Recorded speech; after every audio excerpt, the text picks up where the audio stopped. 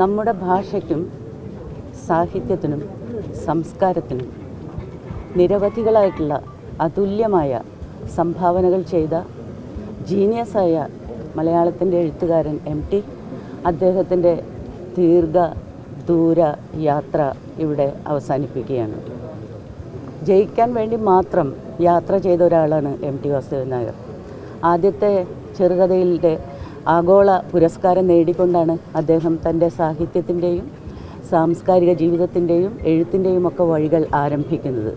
അത് ജ്ഞാനപീഠം പുരസ്കാരത്തിലെത്തുകയും അവിടെ നിന്ന് വളരുകയും വികസിക്കുകയും ചെയ്തു.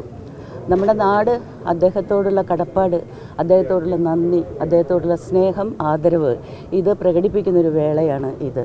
തീർച്ചയായിട്ടും അദ്ദേഹത്തിൻ്റെ ജീവിതം അതിസമ്പന്നമായിരുന്നു, സമ്പൂർണ്ണമായിരുന്നു എന്നും നമുക്ക് പറയാം.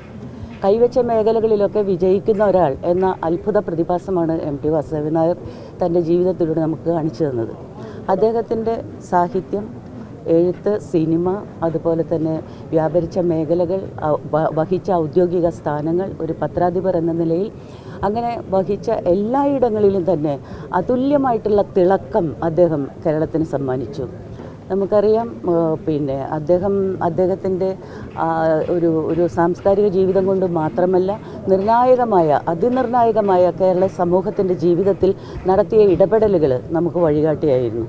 പ്രത്യേകിച്ച് എനിക്കൊക്കെ അദ്ദേഹത്തിൻ്റെ കൂടെ ഇപ്പോൾ മാറാട് കലാപമുണ്ടായ സമയത്ത് സമാധാന സന്ദേശവുമായി അദ്ദേഹം മുന്നേ നടന്നപ്പോൾ അതിൻ്റെ പിന്നാലെ ഓരം ചേർന്ന് പോകാൻ എനിക്ക് അവസരം ലഭിക്കുകയുണ്ടായി. അതൊക്കെ ഹൃദയത്തിൽ നമ്മൾ സൂക്ഷിക്കുന്നത് നമുക്ക് ഈ സമൂഹത്തിൽ എന്ത് ചെയ്യാനുണ്ട് എന്ന പാഠം അദ്ദേഹം തന്നതിൽ നിന്ന് തന്നെയാണ്. മുത്തങ്ങ കലാപത്തിൻ്റെ തൊട്ടടുത്ത ദിവസങ്ങളിലെ അവിടേക്കുള്ള യാത്രയിലും അദ്ദേഹത്തോടൊപ്പം ഞാൻ ചേരാനുള്ള ഭാഗ്യം എനിക്ക് കിട്ടുകയുണ്ടായി. ജീവിതത്തിലെ നിർണായകമായ ഓരോ സന്ദർഭങ്ങളിലും അപൂർവമായി മാത്രം ഇടപെടുന്ന എം.ടിയുടെ വ്യക്തിത്വം, അദ്ദേഹം എന്തു പറയുന്നു എന്ന് കേരള സമൂഹം 100% കാത് കൂർപ്പിച്ച് നിൽക്കുകയും അതിൻ്റെ പിന്നാലെ സഞ്ചരിക്കുകയും ചെയ്ത അനുഭവമാണ് നമുക്കുള്ളത്. നമുക്കറിയാം, എല്ലാ മേഖലകളിലും ഒരുപോലെ ഇത്തരത്തിലുള്ള അതുല്യമായ ഒരു പ്രതിഭ തെളിയിച്ച ഒരു വൻമരം പോലെയുള്ള ഒരു എഴുത്തുകാരനാണ് തൻ്റെ ജീവിതയാത്ര അവസാനിപ്പിച്ചിരിക്കുന്നത്. ഇനി എം.ടി. ഇല്ലാത്ത ലോകം ആണ്. തുഞ്ചൻപറമ്പ് പോലെയുള്ളൊരു സാംസ്കാരിക കേന്ദ്രം പടുത്തുയർത്തുന്നത് ഭാഷാസ്നേഹം കൊണ്ടും മാത്രമല്ല, എഴുത്തച്ഛനോടുള്ള ആദരവ് കൊണ്ടും മാത്രമല്ല, ഭാവി മലയാളി തലമുറയെ ഉദ്ദേശിച്ചു കൊണ്ടുകൂടിയാണ്. എന്താണ് മലയാളം എന്ന് നമ്മുടെ കുട്ടികൾ അറിയണം. എന്താണ് മലയാള സാഹിത്യം എന്നറിയണം. ആരാണ് എഴുത്തച്ഛൻ എന്നറിയണം. എന്താണ് സാഹിത്യം ജീവിതത്തിന് ചെയ്തുകൊണ്ടിരിക്കുന്നത് എന്നറിയണം. ഈ അറിവിലേക്കായിട്ടാണ് അദ്ദേഹം അത്തരത്തിലുള്ളൊരു സാംസ്കാരിക സ്ഥാപനം പടുത്തുയർത്തിയത്. ഈ സാംസ്കാരിക സ്ഥാപനത്തിൻ്റെ നടത്തിപ്പാകട്ടെ മറ്റാര് വിചാരിച്ചാലും ഇത്രയും ശക്തമായി, ഇത്രയും ജനാധിപത്യപരമായിട്ട് മുന്നോട്ട് കൊണ്ടുപോകാൻ കഴിയില്ല എന്ന് തന്നെയാണ് ഞാൻ വിശ്വസിക്കുന്നത്.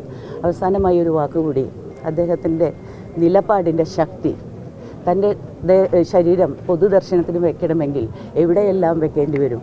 കോഴിക്കോട് മാതൃഭൂമി ഓഫീസിൽ നിന്നും ടൗൺ ഹാളിൽ നിന്നും തുടങ്ങി സാഹിത്യ അക്കാദമി തൊട്ട് നിരവധി ഇടങ്ങളിൽ അദ്ദേഹം ഏറ്റവും മുഖ്യനായി നിന്നിരുന്ന നിരവധി ഇടങ്ങളിൽ അദ്ദേഹത്തെ പ്രദർശനത്തിന് വെക്കേണ്ടി വരും.